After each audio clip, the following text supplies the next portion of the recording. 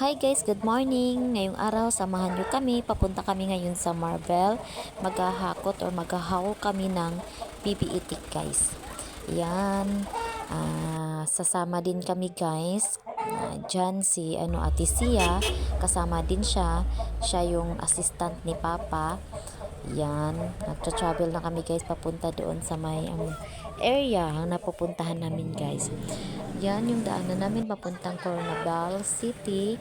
Ganda ng view dyan guys. Ayan dyan guys. O yung may orange dyan guys. Ang ganda ng view dyan guys. At ayan na nga guys. Nakarating na kami dito sa may area. Ayan. Unang-unang ginawa nila. Kinarga yung mga gamit nila guys. Gaya ng tulugan. Yung water pump. Kasi yung water pump guys. Ginagamit yan pag walang tubig. Kasi dapat sa itik dapat may tubig silang maiinom.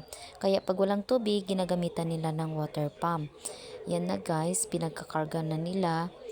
Parang naglipat bahay na rin sila guys kasi pag saan yung itik doon din sila.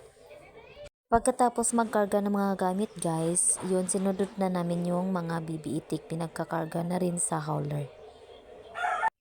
Kaya pinalipat nila yung BB-itik guys kasi wala na ditong pakainan guys.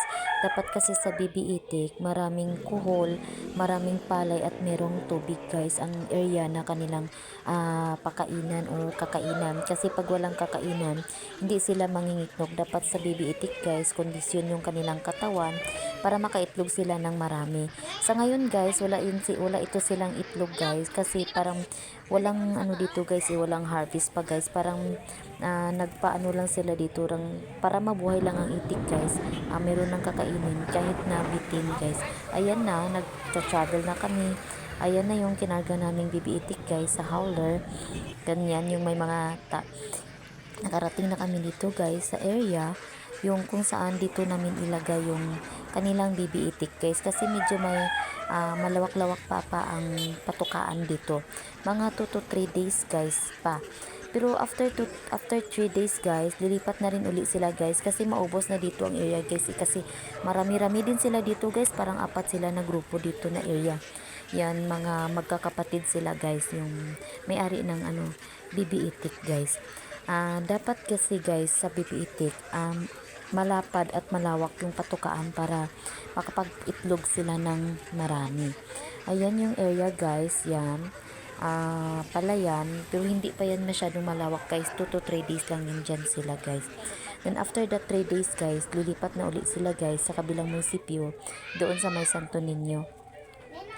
Kasi parang nagsa-start na yun mag-harvest doon guys. Kaya doon sana makapangaitlog sila doon ng marami guys.